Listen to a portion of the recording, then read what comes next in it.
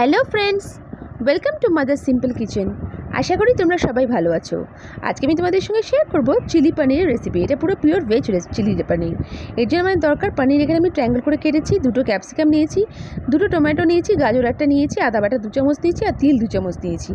প্রথমে আমি পনিরটাকে ম্যারিনেট করবো। এর জন্য আমি স্বাদ অনুযায়ী নুন দেবো, 1 চামচ মতো লঙ্কা গুঁড়ো দিচ্ছি, 2 চামচ কর্নফ্লাওয়ার দিচ্ছি, সোয়া সস দিচ্ছি 1 টেবিল স্পুন মতো, আর আমি এখানে অ্যাড করবো একটুখানি জল দিয়ে আমি হালকা করে কোটিং মতন করে নেব পনিরের উপর। এবার কড়াইতে আমি সামান্য তেল দিয়ে পনিরগুলোকে ভেজে নিচ্ছি।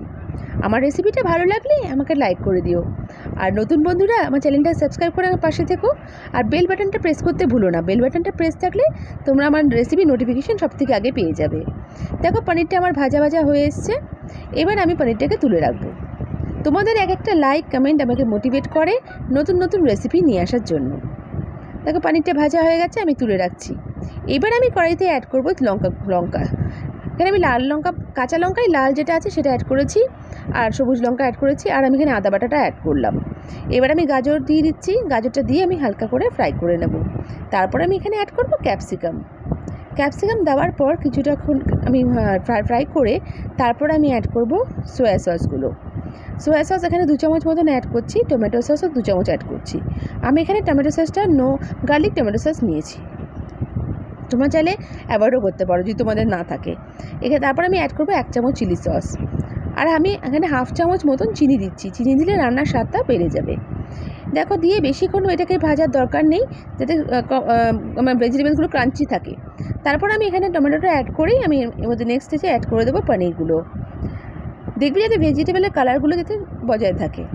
পনিরগুলো অ্যাড করে দেওয়ার পর আমি কিছুক্ষণ নাড়ানোর মিক্স করার পর আমি এর মধ্যে অ্যাড করব একটা কর্নফ্লাওয়ারের স্লারি অ্যাড করব। তার জন্য আমি এখানে অল্প জল নিয়ে আমি 1 চামচ কর্নফ্লাওয়ার দিয়ে একটা লিকুইড মতন বানিয়ে নিচ্ছি, স্লারি মতন বানিয়ে নিচ্ছি। তবে আমি গ্রেভি করার জন্য এটা দিয়ে দিচ্ছি। আমি এখানে বেশি গ্রেভি রাখিনি, তোমরা তোমাদের স্বাদ অনুযায়ী বা তোমাদের যে রিকোয়ারমেন্ট অনুযায়ী গ্রেভিটা বাড়াতে বা কমাতে পারো। দেখো এখানে আমার রান্নাটা হয়ে এসছে। আমি এখানে রান্নাটা টেস্ট করে দেখেছি যে আমার মনে হচ্ছে একটু নুন দিতে লাগবে। এখানে নুনটা আমি অল্পই দিচ্ছি, কারণ এখানে সব সসগুলোতে নুন আছে।